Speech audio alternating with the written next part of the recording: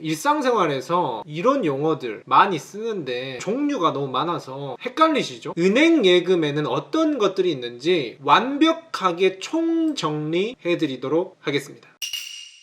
먼저 첫 번째로 예금이란 무엇이냐? 은행에 돈을 맡긴다. 요것을 예금이라고 합니다. 그런데 이 예금은 크게 두 가지로 나뉘는데요. 하나는 보통 예금, 하나는 정기 예적금으로 나뉜다. 요렇게 큰 두 갈래로 생각하시면 아주 쉽습니다. 그래서 먼저 보통 예금의 갈래를 보시면 보통 예금은 흔히 우리가 아는 수시 입출금 통장이라고 생각하시면 편합니다. 그러니까 그냥 은행에 돈을 보관해 놓는 용도? 이자는 기대하기 힘들지만 현찰을 들고 다닐 수 없으니까 그냥 통장 개설해 놓고 체크카드로 쓰던지 ATM에서 현금을 뽑았다 넣었다 하든지 약간 이런 지갑 같은 용도로 쓰이는 것이 바로 보통 예금, 수시 입출금 통장이라고 보시면 됩니다. 벌써 예금에서 이쪽 클리어 했습니다. 그렇다면 다음으로 정기 예적금은 무엇이냐? 정기 예적금은 아까 보통 예금과는 다르게 이자를 받기 위한 예금이라고 보시면 되는데요. 우리가 은행에다 돈을 맡기는 것 자체가 이자를 타먹으려고 한다 라는 것이 주 목적일 수 있기 때문에 사실 이쪽이 조금 더 통장 하면은 친숙한 느낌이 드는 부분입니다. 그런데 이 정기 예적금 역시 두 가지로 나뉩니다. 바로 정기 예금과 정기 적금. 그래서 이걸 합쳐서 정기 예적금이다. 이렇게 생각하시면 편하고요. 그래서 정기 예금을 보시면은 정기 예금은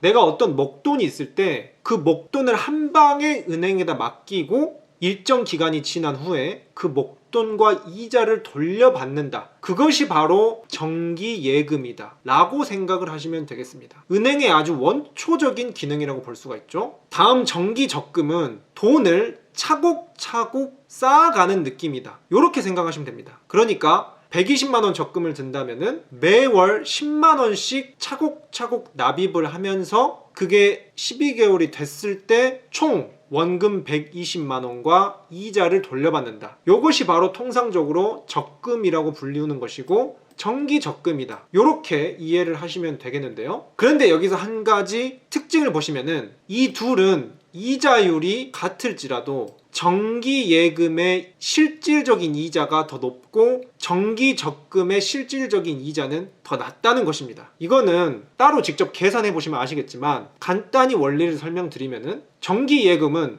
애초에 처음부터 120만원을 한 방에 쾅 박아두고 매월 120만원의 이자를 차곡차곡 쌓아간다면 정기 적금은 첫째 달은 10만원의 이자, 둘째 달에는 10만원에 10만원 더해서 20만원의 이자 이런 식으로 쌓여가기 때문에 아무래도 처음부터 목돈을 12개월 굴리는 것보다는 실질적으로 받을 수 있는 이자가 적어지겠죠.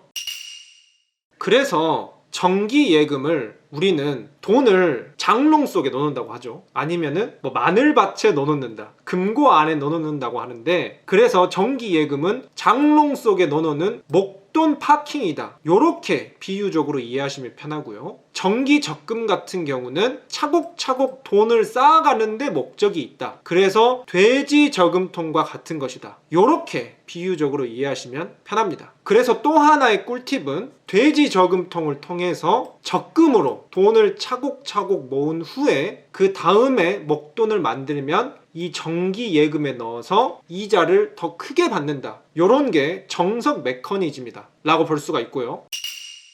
그래서 정리 드리자면은 정기 예적금에는 정기 예금과 정기 적금이 있고, 예금에는 보통 예금, 수시 입출금 통장과 정기 예적금이 있다. 그래서 보통 예금은 지갑과도 같고 정기 예적금은 돼지 저금통이나 장롱, 금고 정도로 생각하시면 편하다 라고 이렇게 설명을 드리겠습니다. 이렇게 비유적으로 설명하는 거 제가 자료 준비하면서 생각이 낸 거거든요. 이런 김잔잔만의 쉬운 설명 앞으로도 보시려면 구독, 유익하시면 좋아요.